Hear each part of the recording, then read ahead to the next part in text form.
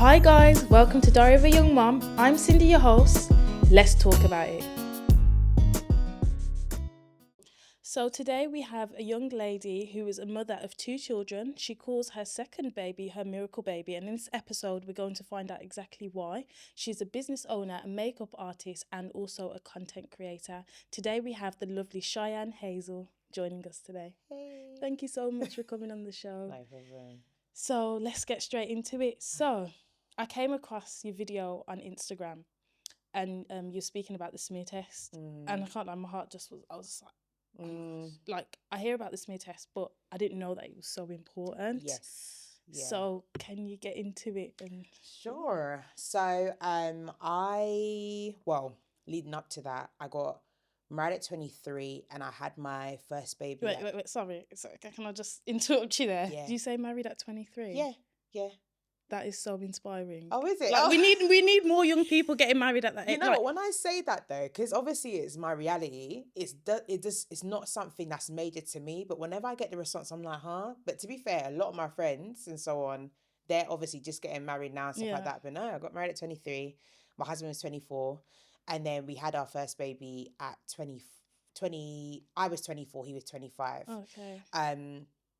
And so on. So with smear tests, well, they now call it a cervical screening. Okay. You get a letter when you turn 25, or probably a couple months before that, or a couple months after that, and so on. So because I've already had a baby and stuff like that, they're already invasive when you have kids anyway. So you're used to all of that. You're used to blood tests and so on, like cervical checks, all of that. So I was like, okay, cool. I did put off though for a couple of months. So I was just like, I'm still recovering. I just had a baby and stuff like that. But I was like, you know what? And no one explained to me the importance, but for some reason I just had that conviction. I'm like, okay, cool. Yeah. I trust obviously the medical doctors. Clearly they need to do this for a reason. So I went and got it done probably a few months after I received the letter. And they said that they found abnormal cells. So this is normal when you are sexually active, basically, and so on. So it's a thing called HPV. But don't worry, it's not like crazy. Oh my gosh, I'm gonna die. No, it's not that. But they find it in a lot of females who are obviously active. Okay. And so, but they was like, don't worry, it's completely normal and so on. So I was like, okay, cool. Like I was like, it's fine. So after they took some swabs and I think did they take a biopsy? I'm trying to remember. But yeah, they took some swabs, obviously took it away, and they found out that I had CIN2. So there are 3 categories. There's CIN1, CIN2, and CIN3. Okay. And they're basically all abnormal cells. However, it's basically abnormal cells that are precancerous and so on. So there's CIN1, CIN2, CIN3, and then there's cervical cancer. So they found that I had CIN2. So ultimately, I would need to have a procedure basically to remove the cells. And also they categorize it based on how much of the cervix has abnormal cells, abnormal cells, and so on. So it's quite a bit. So they was like, okay, you need to have something called the LETS procedure. From time you're telling me I got to have a procedure and stuff like that, and I've just had a baby, and also around this time as well, we wanted to have another one. So I was like, I want there to be a 2-year gap between my daughter and obviously our next child. You saying all of this to me now, I'm just like, this is messing up the plans. This is also long. And obviously from time someone's going to mention procedure to you, automatically, I guess as a woman, to do with your cervix, your womanhood's going to kind of be threatened. Of course. It's going to be like, what's going on? Yeah, 100%. But they was like, no, it's fine. It's like a 20-minute procedure. So like, we'll just put the anesthetic. You'll be awake, but you won't feel much and so on. So I'm like, okay, cool. So went in for the procedure, but I can't lie, I was fretting. I was speaking to my husband and I was just like, this is a lot to take in. But anyway, so had the procedure now, but it took longer than expected. Okay. And so that automatically, obviously I'm awake and there's like a camera like next to me. And so I can't really see everything, but obviously they put a camera up there and they're removing the abnormal cells now. So I'm just like, oh my gosh. So it probably took altogether about 45 minutes. Okay. And so on. But obviously my husband was in the waiting area and I was just like, oh my gosh. So when it was done, they handed me a leaflet, basically of the symptoms I'll experience, recovery time, and basically just moving forward, how it can basically change changes a few things, like the lasting effects, basically. So when they handed me the leaflet now, and they were saying high risk of miscarriages, short-term pregnancies, I Yeah. said, what? Yeah, I because you was said, like planning for this baby, and you're like yes. I now, was just yeah. like, and even if I wasn't planning, of course, obviously we wanted more children. Yeah, So of I was course. like, why couldn't they tell me this Yeah. before? Like I was saying, just so I can mentally prepare myself. And so on. So it was, of course, it was invasive. However, I knew that it was necessary, right? Okay. And then I received a letter a couple of weeks after saying that it wasn't actually CIN2 I had, it was CIN3. Wow.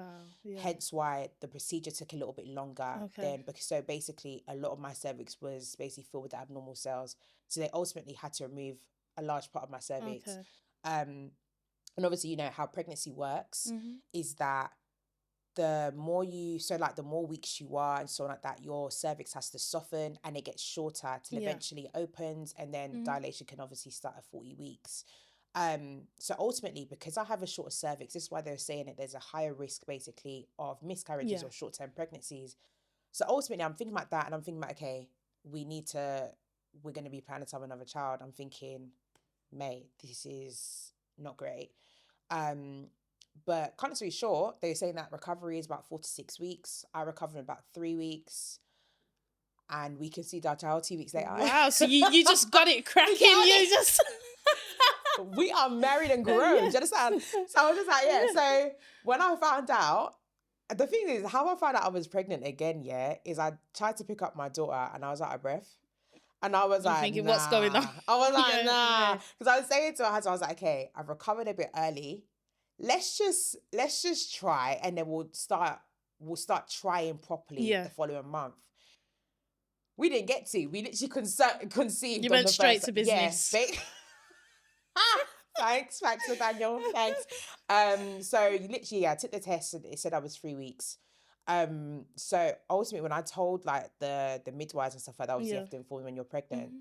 They was like, what? Like, I was like, listen, I've been taking pregnancy tests Mhm. every single day. I am pregnant. I was in such like disbelief. Yeah. I probably took about 5 or 6 and so on, just to check if this is actually like what's happening. And because we obviously planned for there to be 2 years, it literally, well, now they're literally 2 years apart, 2 years, Okay. 3 weeks apart. So I was like, wow. But then it's kind of like, it wasn't panic mode. You know, when you know there's something wrong, do you Yeah. understand? And they want to be as calm as possible, but you can't like take that off your face. You can't take the worry off your face. So it's like, okay, we need to prepare and so on like that, just in case you. So they automatically put me in a high risk pregnancy Okay. Yeah. and so on. So closely monitoring me, more scans and so on. And if I'm honest, I didn't mind about having more scans than usual because I Mhm. just get to see my baby, innit? Yeah. Um, so yeah, so I was threatened the first 12 weeks because obviously, you know, once you reach 12 weeks, it's kind of like Mhm. the safety zone and Yeah. so on. So I was just like, oh, what's going on? Like, what's happening? And so I reached 12 weeks, got to have my first scan, and everything was fine. And then they also measured my cervix as well because obviously they took a decent amount off. Okay. Yeah. But then they noticed that my cervix, instead of shortening, was growing. Okay.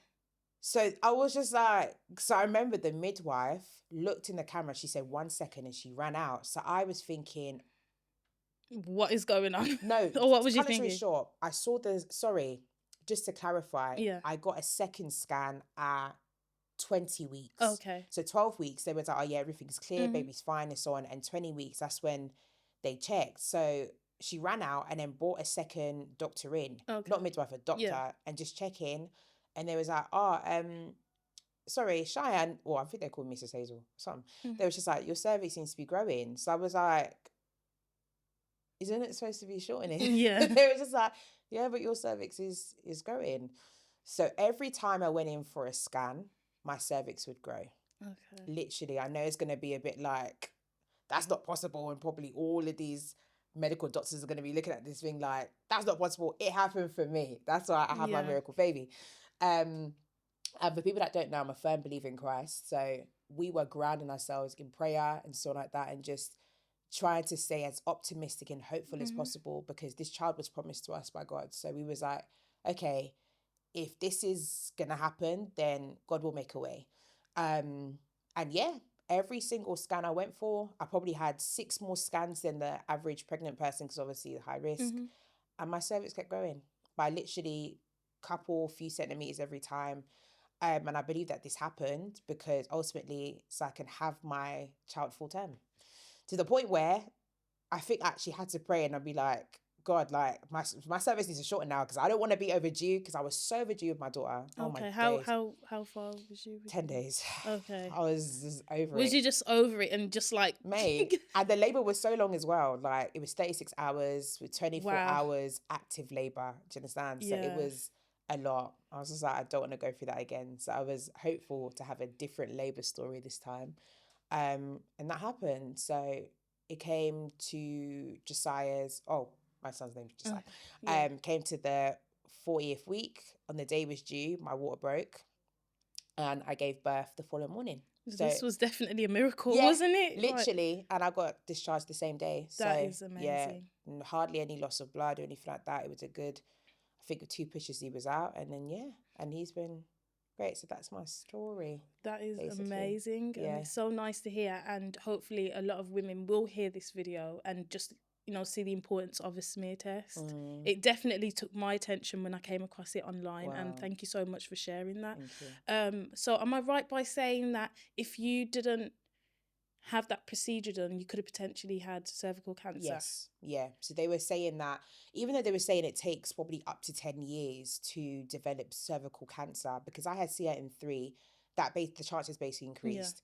Um, so even though it's like, oh yeah, 10 years is fine, you'll find females in their 30s, 40s, even 50s have never gone for a smear test. Never, because they think it's too invasive or they just think, oh yeah, I don't want to do it. But ultimately, there's actually some people that have cervical cancer now because they never went for their smear test. Okay. And that's why I'm just like, I feel like it's my duty to raise awareness with other young females, whether you're sexually active or not, to go for the smear test so you can rule it out. And if there is something there, then they can catch it from early. Because even when Josiah was, that's right, because I had the procedure, Yeah. they put me in every 2 years and so on. So when Josiah was just under 1, they put me in for another smear test and they found nothing. So I was like, okay, thank God. But they say that when you have abnormal cells, it's more than likely and so on, it can come back basically. Okay. But in my case, it hasn't and so on. So they've just basically been keeping on top of it. I've actually booked, it was like not a spontaneous one, December. I just know Yeah. something was wrong. So I was like, let me just go and check with the doctors and just do Okay. my part and so on like that. And they didn't find anything weird. But I've actually booked myself another one and so on Okay. for next week and so on because I'm making sure I'm on it Yeah. because we want more kids in the future. So I'm just like, okay, so and not only just about children, but just about health. I'm so big on women's health. Like it's so important that we go for these things and Yeah. so on, just to, So what would you say? So for example, I'm under 25. Like, is it with smear test? If I was to go, to the NHS and say I want a smear test done, would they decline it or what? Yeah. And I think that this needs to change and so on because clearly there are females that are sexually active before the age of 25. I mean, I got married young. So yeah, they will probably decline it, but you can request for it, I think 6 months before you turn 25 and so on. But I think the law needs to change. I think they need to change it to at least like 18 or because I'm sure that's the national age where you can be sexually active, I think. Or was it 16? One of them. I don't even know. I know just I don't know. people don't even They look don't at the care. age. They don't care. And so on. So I think that because of that, they need to change it Yeah. because imagine I was 25 and I got it done and I already had CIN3. They said it takes a while to Yeah. develop that. So clearly, because I was sexually active from younger, I already developed that. So I'm pretty sure it went from each category. That's why it's so important. Even if you're not sexually active, even if you haven't done any of that and so on, because you can still get cervical Oh, okay. cancer. So you can still get it even if you're Yes. not sexually active. Yep. Yes, you can. So I still don't understand why the age is 20. I'm trying to get my head around it, like why the age is 25 and I don't know. I really it's don't know, but it needs to change. yeah. It really does, and so on. And I've had a few people DM me since I've shared that video because I've shared it briefly, but not like as detailed as I did, like obviously the other day with the Yeah. video, and just saying, oh yeah, I went for my first cervical test and so on. And even though I'm not sexually active, they found abnormal cells. I said, and this is why it's so important. I think they just need to change the national age, to be fair. Even if they do it step by step and change it to 21 at least. And so on, it'll be definitely much more useful, I think. Yeah. So how's motherhood been? Like, what has it been what has it been like having two kids 2 years apart? Was there Wow. a stage where it was really difficult? So I know, for example, Yes.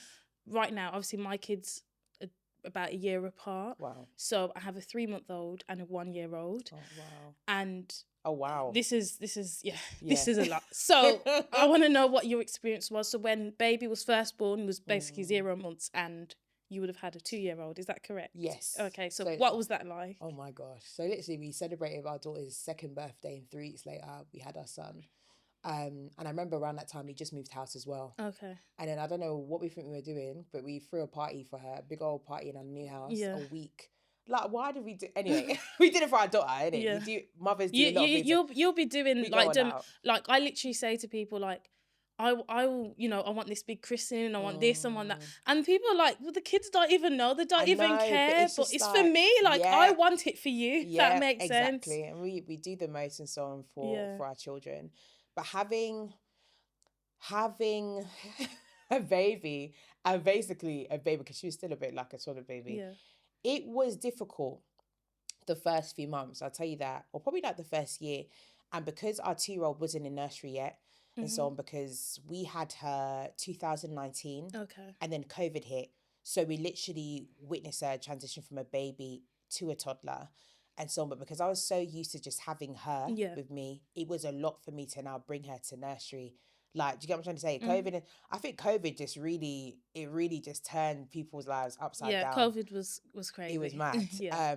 And so on. So I literally had a newborn baby and our daughter at home and so on. Because obviously my husband was working. And at this time, I was working for myself. So Okay. I didn't have to obviously think about maternity leave and stuff like that. I could basically go back to work whenever I wanted to, really.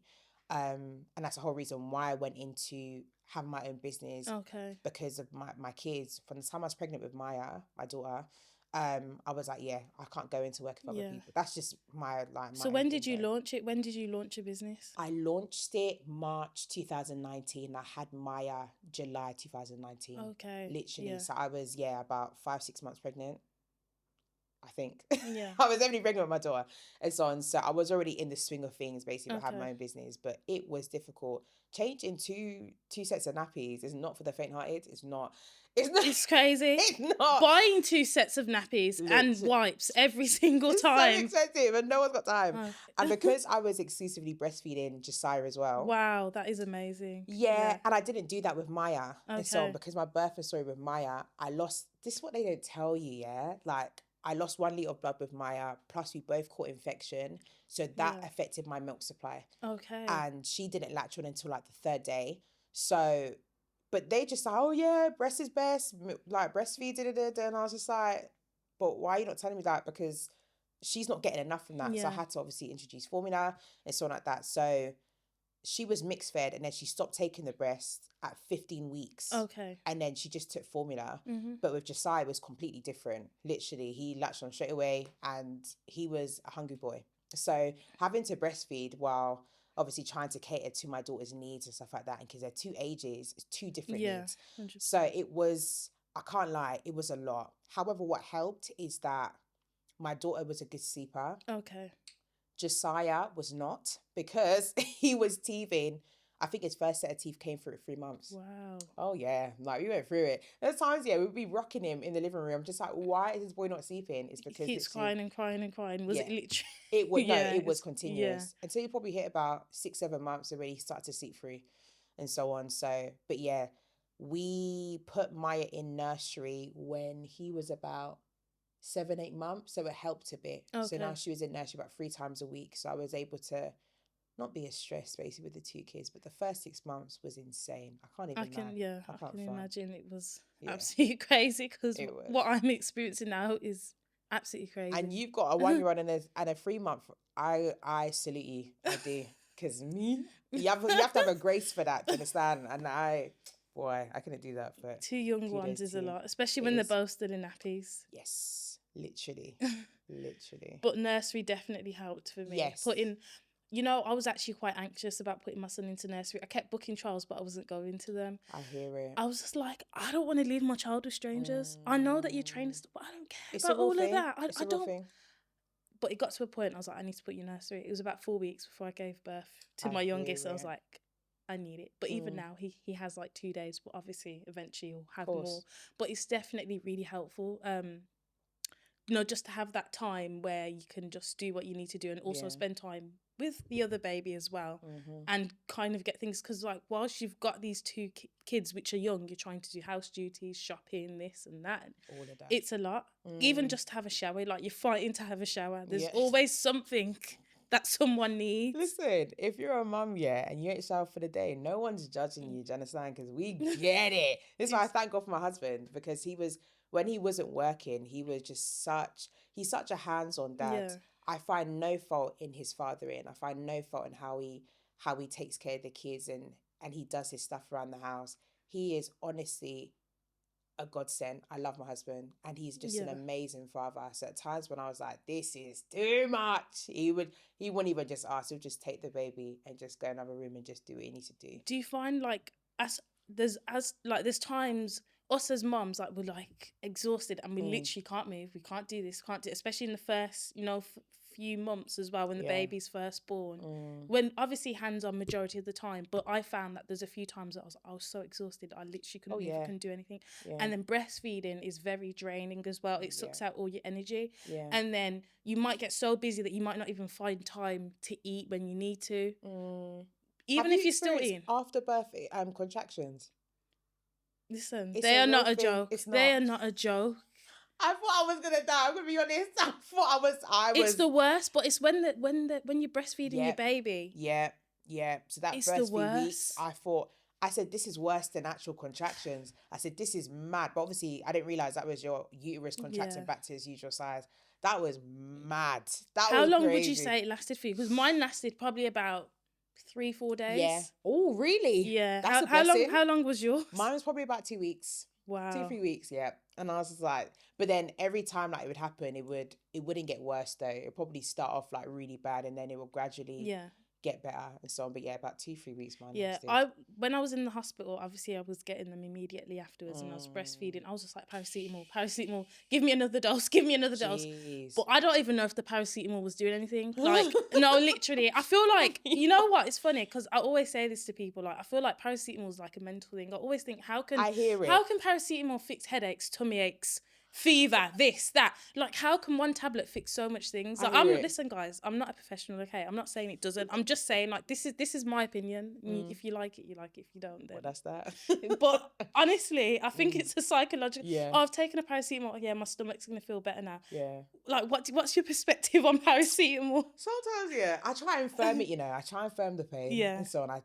So I don't think I really took. I don't think I even took paracetamol. When I was experiencing pains and stuff like that. I think I just firmed it. You must have a good pain threshold. I do. I actually do. Yeah. I do. So yeah, even like with like labor and stuff like that, and like I can firm it. To be fair though, my labor with Josiah was much more intense with my first child, Maya. Yeah. And I think they say the more kids you have, the more intense it is.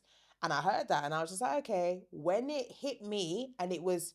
By the time I got to hospital, I think I was in labor for like only 2 hours. Yeah. I was already 7 centimeters. Yeah, that's literally like me. I went in when I was 7 centimeters. That's mad. It's crazy because I actually walked into the delivery suite, where they have the office and and reception stuff at the front where the staff are.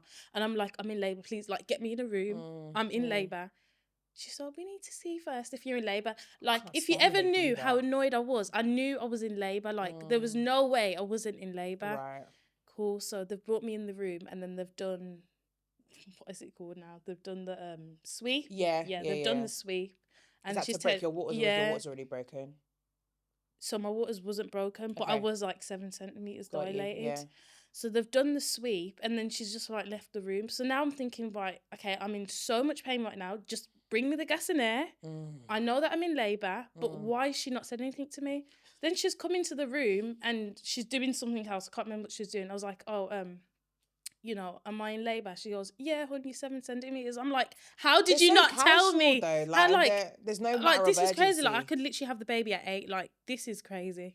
Basically. By the time they moved me onto the delivery suite, I already was 10 within like half an hour. They was Really? like, yeah, That is so there's quick. like, you're 10 centimeters, so you can push. I said, what? I have a video and I'm like looking at the midwives like, you haven't even given me time to even process what's Yeah. going on, and you're telling me I'm 10 You centimeters. know what? It's like It's we're mad. just another number. That's why At this rate, it's like literally at this there's rate, people that's what I've going in and realised. out, in and Yeah, out. literally. They see this like back to back all the time, isn't it? Basically. And what I would say is, did you ever take gas and air with any of your children? I did. I took it with my first, and I didn't take well to it with my second. I don't know why. So did you more kind of do it without gas and air? Yeah, I literally did it. No, no, paracetamol, no nothing, no. With my second, that is because it was so quick anyway. So literally, I got. How long was I in the hospital for? For about 2 hours. Okay. Yeah, by the time, because I called them, they was like, "Oh, wait at home." I was like, "You guys aren't realizing this is my second child. You can't." I get it with first time mums because obviously labor typically take a bit longer. But I just knew. I said the way these contractions are bussing me. Licking you, They're yeah. mashing me Yeah. up. I said, I know. So by the time that they was like, oh yeah, just take a bath, like try and Yeah. rest. I They've said, done the okay. same with me. When I took a bath, yeah, oh my days. It increased so much. I said to Nathaniel, forget this. We're going to the hospital. I can't do it. Literally, we're driving to the hospital. And I was like, nah, I need to throw up. Every time we were going to speed bump, he had to stop at a corner. It's honestly like a film. By the Listen, time I got there, I was 7 centimeters. They moved me to the delivery suite. There was like, they checked me. He's like, oh yeah, you're 10. I said, what? I said, no crazy. wonder. Absolute madness. So I didn't even have an option to Yeah. even go for any like pain relief. And to be fair, I don't think I would have though. I was like, if I would have gone for anything, it would have been gas and air. But I Okay. tried it for a little bit and I was like, nothing's helping. So eventually I just pushed and 2 pushes later, my son Birth was is in. not for the weak though. It's not. It's really not. It's not. It's not for the I weak. prefer pushing than over labor though. Labor was intense. Oh yeah, I agree, to be honest. Yeah. I feel like with pushing, you don't really like you feel like you're more feeling like, okay, my body's trying to put in the strength to push this So it baby kinda out helps, rather yeah. than pain, if that Yeah. makes sense. 100%. And what's that thing now they call it? There's something of fire or the Oh, the ring of fire. Ring of fire, like- when the head comes out. So hey. So I don't know if I'm gonna get judged for this yet, but I didn't experience that with Maya because they encouraged me to stop pushing when her head was out. I said, forget this. I've already been in labor for 36 Yeah. hours, 24 active hours. I was like, nah. So literally when her head came out, you hear in the video, because obviously we recorded our thing, they were saying, okay, now breathe. I said, forget that. And I pushed and the baby came out. With Josiah, I said, I want to experience this ring of fire. When I experienced the little burn, I said, nah, I just pushed them out. I said, forget that. What am I doing? Yeah. Like, well, I want to experience the ring of fire, but I want to be able to experience what they say. Like, have you felt the... I was like, no. There was like... Yeah.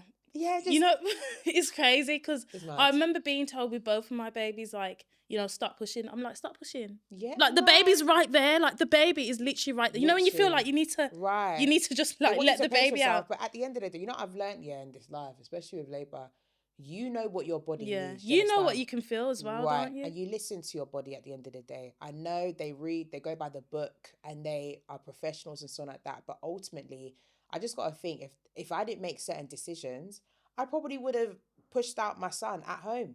Do you understand? Because what if I didn't say to my husband, babe, we're going to the hospital now. I was like, they're trying to keep me at home for as long as possible. Forget that. And when I went into the hospital, was there anyone in the waiting room? It was empty. Yeah. I was so mad. I was like, you guys could have took me. I think we got there for about 5. Because like my labour started around 12. Active labour probably started around 1 a.m. and stuff like that. So I was already at home trying to firm it. And I said, forget that. Yeah. That is mad. This baby's ready to come out. Literally. And then gave birth at 7:30. Yeah, so, that was really quick. Yeah. Yeah. Trust me, really quick. So what would you say, what's one like piece of advice you would give to yourself moving forward in terms of labour and birth? So if you was to have another baby, like what would you take from both those experiences? What's like the biggest thing you take? What would I give advice to myself moving forward? Jeez. Oh my gosh. It's to listen to my body. I know I just said it, but especially when you're first time mum, and I remember taking their word for everything. And because of that, we were in hospital for 7 days. and just because my water's breaking, the gap between my water's breaking and me actually giving birth was so long. Okay, We yeah. both caught infection, so we both had sepsis. She also had jaundice, so Wow, her yeah. infection point was so high. So ultimately, they had to like give us like drugs and stuff like that, obviously for us to get better. But I remember going into the birthing situation with Jojo, it was just so much different because I'm just like, you know what, I know my body and I trust God, that's one. So I'm just like, well, I'm gonna listen to my body. So I would say moving forward, even go more ham, if they tell me stay at home, I'm like, you're gonna see me in half an hour. You're gonna see me in a minute. Do you understand? So trusting myself through that. I think ultimately women's bodies are made and so on to carry. Of They're course, made yeah. and so on to give birth. Do you understand? So our bodies can can do the stuff that's supposed to be impossible. Do you understand? So it's trusting that I've got this, you know, trusting that regardless of what procedures I've had and so on like that, that I will successfully carry another baby, that I'm a good mum and that is and so on. So yeah, just trusting myself in all things when it comes to our children and our children to come. So I've been doing a bit of stalking Oh on your no. Instagram, and I seen that you was doing ads for Shein, and I don't Yeah. other clothing brands as well. I seen that you was doing some family adverts as well. Yeah. So Yeah. can you tell me how you got into that? Not you looking at my Yeah, I profile. was stalking. I'm gonna admit I was stalking, guys. I That's was so stalking. funny. So I'm actually an official partner of Sheen Curve. Okay. Shein, sorry. Please. I might say my manager would be like, why did you say the name wrong? So I'm actually wearing Shein now, actually, Okay, to be yeah. fair. So yeah, so I get monthly packages and so on from Shein basically to advertise their stuff. So I'd say I probably get about 2 to 3 packages a month. Okay. So I think I've been a partner with them since January 2023. So Okay. it's been about Yeah. 2 years now. And I've done other partnerships with other like makeup brands and stuff like that. Obviously you've seen stuff with like family as well. So like they'll sometimes just like reach out to me like, we want your family to be involved just to advertise this and that. So we've done some Christmas ads as well. So many other stuff. So that's obviously a part of the content creation. So Okay. I would say in total I probably worked with about 30 plus brands. Wow. Yeah, since I've been doing So content how did creation. you get into that? How did I get into it? You know what it is? So I used to do these story times on Snapchat. Okay. I know people are still on Snapchat. I've not been on Snapchat in years. Yeah. But I used to just do like these funny story times and so on. And I think that's probably what gathered people's attention. Also, I used to have long hair back in the day. Obviously, I know you can't tell, but I've had like short hair for about a couple of years now. But I used to do like natural hair tutorials, Okay, yeah. makeup tutorials. It's literally just about putting yourself out there, and literally that will grab the attention on people on Instagram and so on like that and other social media platforms, and then they'll reach out, just be like, we want to work with you and so on and so forth. So gifted campaigns turn into paid campaigns Okay, yeah. and so on. So because I know a lot of people were literally in this day and age where everyone wants to be an influencer, everyone wants to be a content creator. There's nothing wrong with that.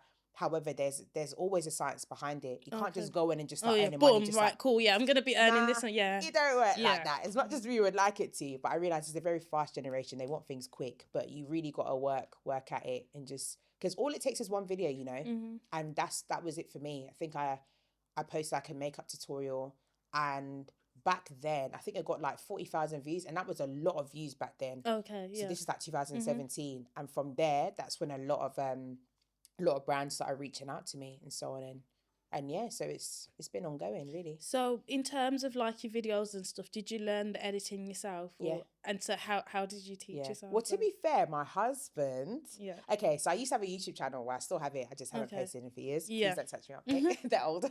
So my husband used to edit my videos on what's it called? Final Cut Pro? Is it Final Cut Pro? Yeah, for the video people, you know. And then I was just watching him one time and I just started doing it. So I've got certain video apps and so on my phone. I just started cutting, editing and so on like that. And yeah, I've just been so from content creation to editing videos to taking photos and so on. I do it all to marketing strategies Okay, and yeah. all of that. So So yeah. do you teach people, or do you more just kind of The things that you know how to do, you kind of just use it for yourself and like your content and stuff So like if that. people were to ask, I'm not going to gatekeep. So if people were to ask, like, Yeah. okay, how do I market this stuff? I've had a few sessions where like people were like booked in a session and stuff like that, and I haven't charged because they've like been like my close friends. But people have always encouraged me. It's like, you need to start your own marketing agency. You need to do this and da da da da. Because I can't lie, my work speaks for itself. However, it's down to time. You know, it's time. Like, it's just that I've got so much going on now. Like, it's, have I got time for that? And so on. But I'm sure eventually I would, because I can't be a content creator until I'm like 68. That's what I'm not gonna do.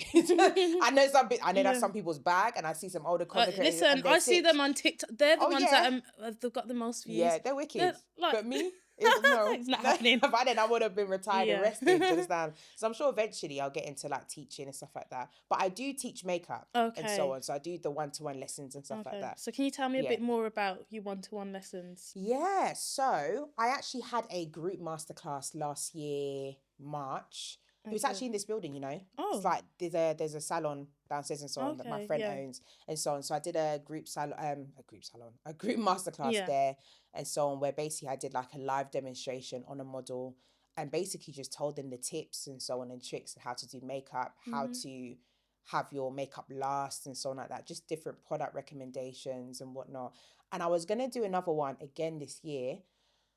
But again, you know what? I love planning events, but I just could not be bothered to do it again. So I It was like, takes a lot, doesn't it? it does. And I enjoy doing it, but Yeah. it's a lot. So I was like, okay, so how can I still be able to teach people without obviously doing like a proper event? And I was like, oh, I can do one-to-one class. So I've been doing one-to-one classes virtually, in person. So it's 2 different classes. So it's one-to-one model focus. So that's for like aspiring MUAs or MUAs that basically want to refine their skills.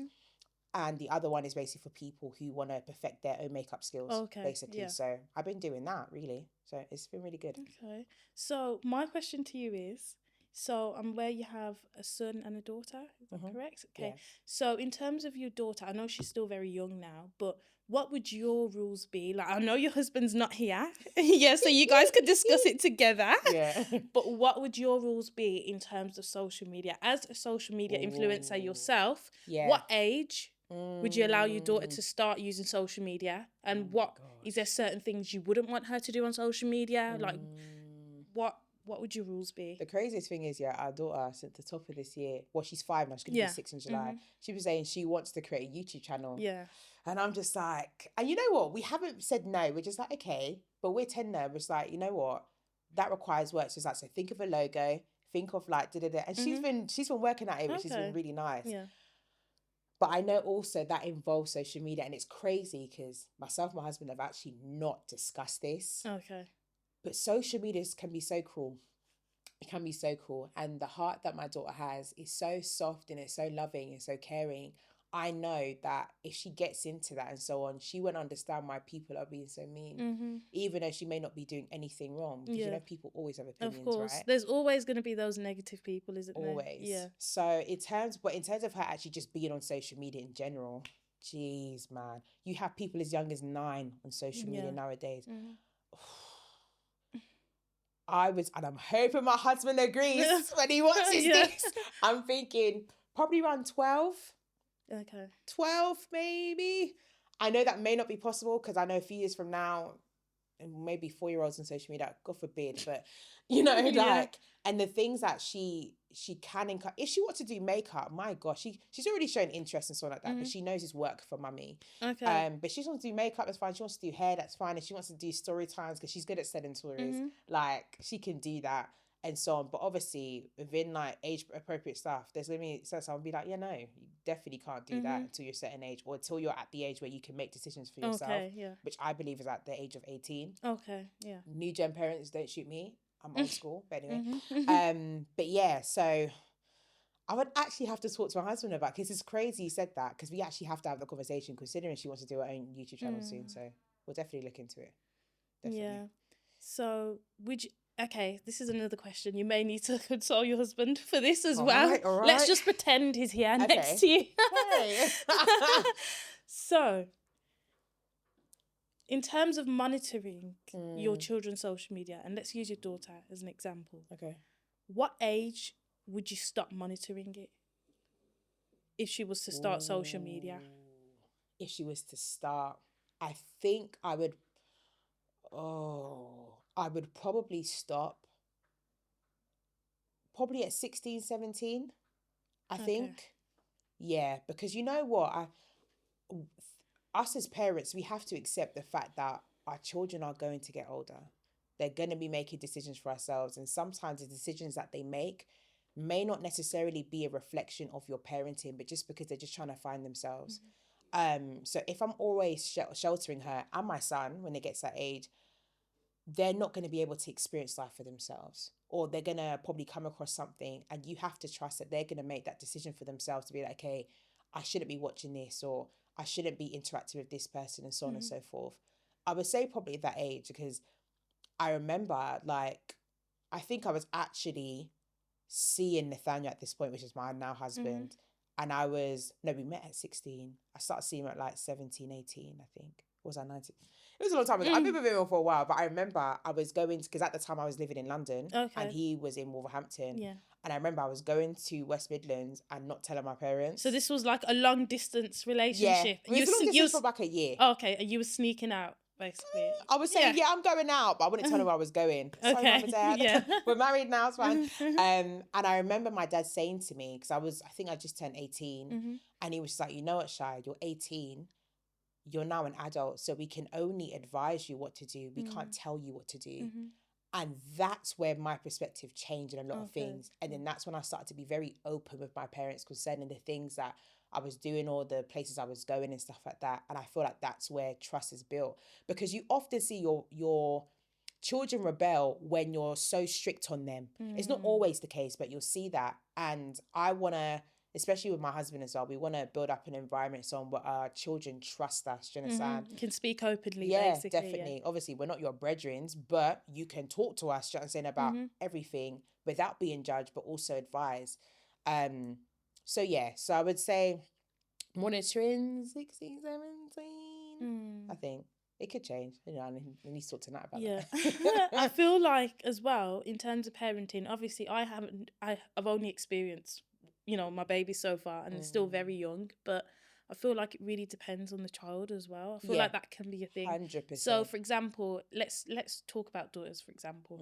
I have 2 boys, but say if one of them was a girl, say if I had a daughter, I feel like I would have to see how she is. So if I can see that she's trying to grow before her age, or she's like her body language and stuff, I'm not really liking where it's leading to, I feel like it's too old for her, then I'd probably strip back a bit and be like, okay, cool, I don't want you to do these things, or I don't want you to go to if that makes sense. But if she was more like kept herself to herself, and like, I feel like it's okay to speak to people and stuff, but I don't, like the way she carried herself, if that makes sense. If it was a bit different, then I would probably say, okay, you can do this, or you can.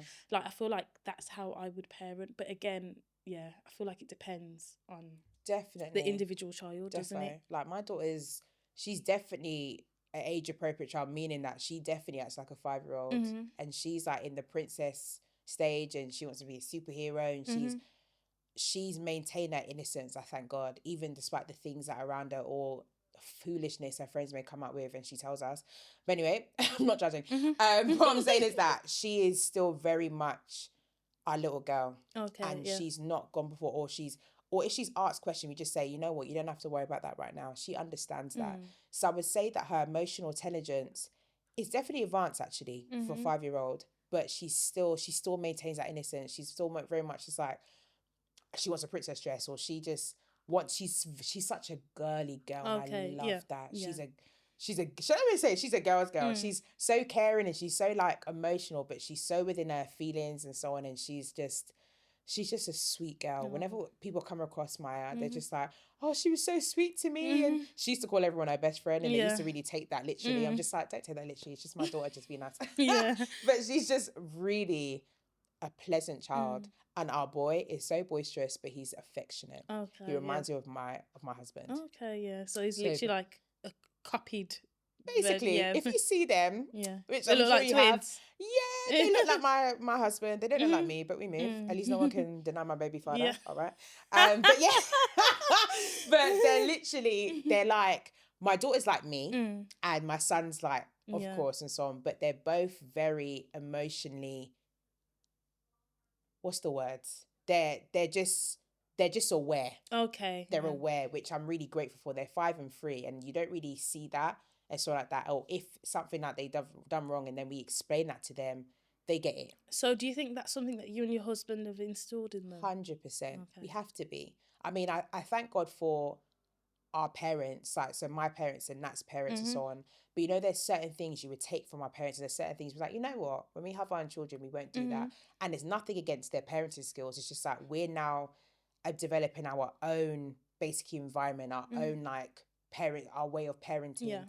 and so on. So we've definitely installed in them that, number one, to keep grounded in Christ. That's one, because obviously we're Christians, and also to be open and honest and so on. And we also speak about the benefits and of being honest and the things and so on that come out of it. That's not necessarily a good thing when they're not.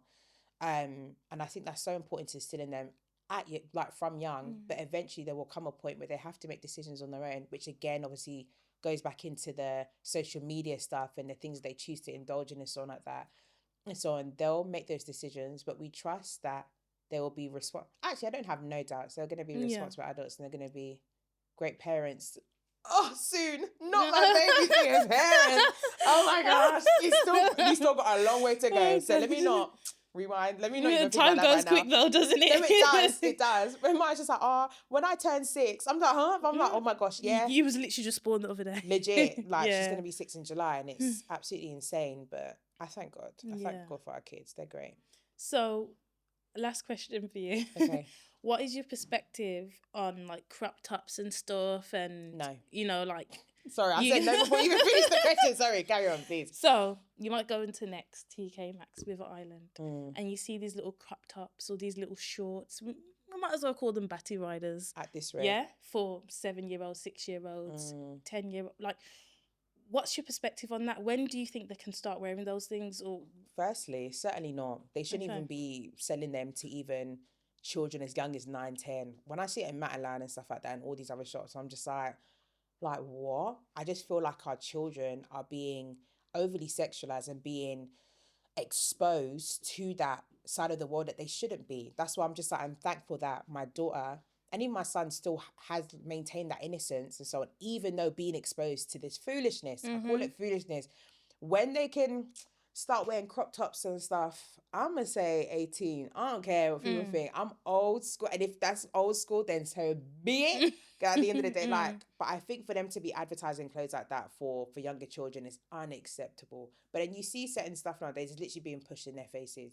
So I only think it's gonna get worse. However, definitely is. definitely. But me and my husband are gonna do our bit and so on to ensure that they don't get involved again in the foolishness. People are gonna think foolishness is my favorite word, but it really, that's what I describe a lot of stuff. It's just foolishness. So I'm against it, basically. So this is a piece of advice from the last mum that came on the podcast, and they said, remember who you are before you were a mum, because she is still important too.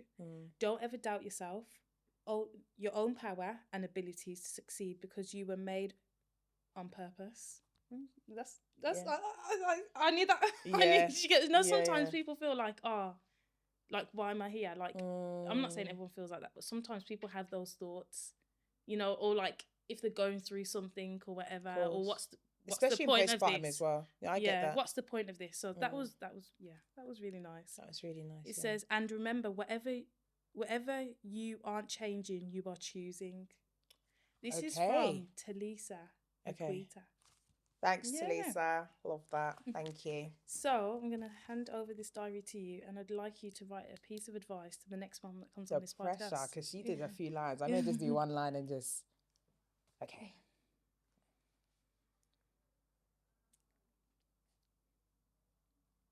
Stop it. I haven't written in ages. Listen, I can't write to save my life. I literally can't write to save my life. I write like a toddler. So funny. Everything's online, just typing, No, or on the computer. Like, it's actually really bad. For real. Okay. Let me take a sleep now. I'm joking. I was gonna read. Oh. You go, bub. Thank you. Well, Cheyenne, thank you so much for coming on the show No today. I problem. really appreciate you coming in and specifically speaking about the smear test and the importance of it. I'm Mm. sure this is going to influence many women, and I wish you all the best for the future as well. Thank you too. Thanks Can, for can we having show me. them the ring? Can we show them? Oh yeah. Da-da-da-da-da-da. Thank you for watching Diary of a Young Mom. Please don't forget to like, comment, and subscribe. Let's talk about it.